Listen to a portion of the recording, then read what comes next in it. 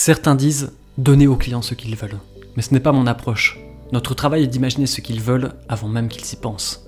Je pense à ce que Henry Ford a dit un jour. Si j'avais demandé aux clients ce qu'ils voulaient, il m'aurait dit un cheval plus rapide.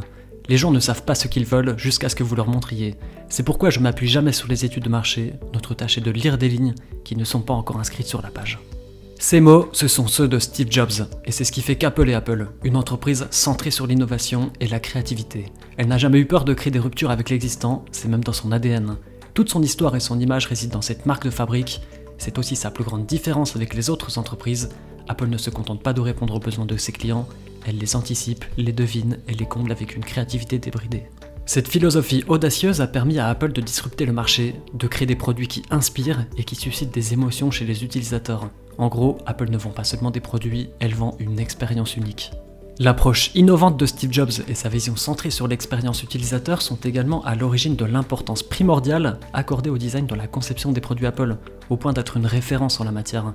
Le design de chez Apple a plusieurs particularités. La marque privilégie par exemple la simplicité et la fonctionnalité dans la conception de ses produits. Cette approche permet aux utilisateurs de comprendre naturellement comment utiliser les produits sans avoir besoin de manuel d'utilisation. Apple attache également une grande importance à l'esthétique de ses produits en s'efforçant de créer des designs élégants, épurés, qui sont immédiatement reconnaissables, le tout avec des matériaux de qualité. Elle soigne les moindres détails pour offrir une expérience utilisateur exceptionnelle. Ces particularités ont permis à Apple de créer des produits qui sont non seulement performants, mais également beaux et agréables à utiliser. Et tout ça, on ne le doit pas qu'à Steve Jobs, on le doit aussi à Jony Ive, l'ancien designer emblématique de Cupertino. Malheureusement, toute belle histoire a une fin, et depuis la disparition de Steve, Jony Ive s'est retrouvé sans le soutien de son ami. Avec Tim Cook à la tête d'Apple, le design n'est plus aussi important qu'avant, et l'accent est mis sur l'aspect pratique des produits ainsi que sur les services. Jony Ive décide donc de quitter l'entreprise en 2019, car il ne se sentait plus à sa place. Et c'est à partir de là qu'on a commencé à assister à un phénomène nouveau. Apple ne montre plus aux utilisateurs ce qu'ils veulent sans le savoir, désormais c'est les utilisateurs qui dictent à Apple ce qu'ils veulent. Cet état d'esprit était déjà légèrement apparu en 2017, lorsque Phil Schiller avait admis que la marque s'était plantée avec le Mac Pro en forme de poubelle. S'en est suivi en 2019 la présentation du nouveau Mac Pro, revenant aux bases avec un style bien plus classique. Difficile de ne pas y voir une coïncidence avec le départ d'Ive. Mais cette nouvelle philosophie est réellement devenue concrète avec les nouveaux MacBook Pro. En 2016, il a perdu en poids, en épaisseur et tous ses ports ultra pratiques se sont envolés pour devenir uniquement USB-C Thunderbolt. Il avait également un nouveau clavier à mécanisme papillon et une barre tactile censée révolutionner l'utilisation de l'ordinateur.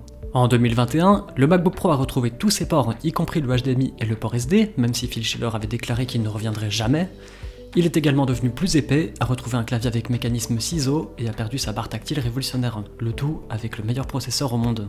Ce Mac est l'opposé de ce que Jony Ive aurait créé. Même si on ne peut pas exactement savoir comment il aurait redessiné la machine, il est fort probable qu'il ne l'aurait pas fait de cette manière.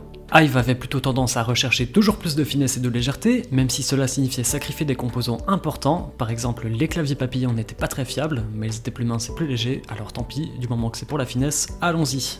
Même l'iPhone illustre parfaitement cette obsession d'Ive pour la finesse au détriment de l'autonomie. Pendant des années, les utilisateurs se sont plaints de la faible durée de vie de la batterie, mais ils s'en foutaient, fallait faire plus fin. Mais au cours des dernières années, Apple a commencé à augmenter l'épaisseur des iPhones pour améliorer cette autonomie. L'iPhone 10 pesait 174 grammes pour 7,7 mm d'épaisseur, l'iPhone 14 Pro fait lui 7,85 mm pour 204 grammes. Résultat, vous le devinez, l'iPhone fait désormais partie des meilleurs en matière d'autonomie. Et le dernier exemple en date est sorti il y a pile un an, c'est le Mac Studio. Alors là on a la totale, des ports en veux-tu en voilà, et même en façade. Port SD évidemment, mais aussi un port qu'on n'avait pas revu depuis bien longtemps chez Apple, de l'USB-A. Jony Ive a sûrement eu envie de tout casser en voyant ça. Apple revoit de plus en plus les décisions de son ancien chef de design, pour le bien mais aussi peut-être pour le pire. Ce changement de stratégie est sympa pour le moment. On va pas se plaindre de plus être obligé d'avoir des adaptateurs de partout, ou une bonne autonomie sur nos iPhones. Mais quand sera-t-il lorsqu'elle devra faire des choix importants dans le futur? Est-ce qu'Apple perd son âme? Si elle avait eu cette philosophie en 2007, est-ce qu'elle aurait osé sortir l'iPhone avec un écran tactile et sans clavier physique? Ou bien les AirPods? Je ne vais pas vous refaire tout le déroulé des grands choix ayant provoqué plus d'une colère ou de moquerie chez les gens, mais vous voyez ce que je veux dire. Rassurons-nous déjà sur un point, si Apple écoute ses utilisateurs, elle le fait uniquement pour une cible précise, les pros. Les MacBook Air n'ont pas le droit à ces nouveaux anciens ports par exemple, Et si vous souhaitez changer vos composantes MacBook comme à l'ancienne, vous pouvez encore attendre, ça ne risque sûrement pas de revenir non plus. Apple change uniquement ce qui permet aux utilisateurs de mieux travailler, car ce sont les utilisateurs qui savent comment ils travaillent.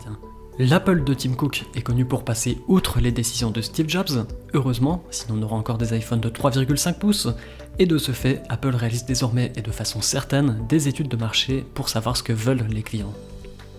On peut aussi se demander si le prochain designer aura autant de talent, dur de passer après une telle légende. Même Evans Anki, qui avait pris la tête du studio de design en 2019, s'en va prochainement.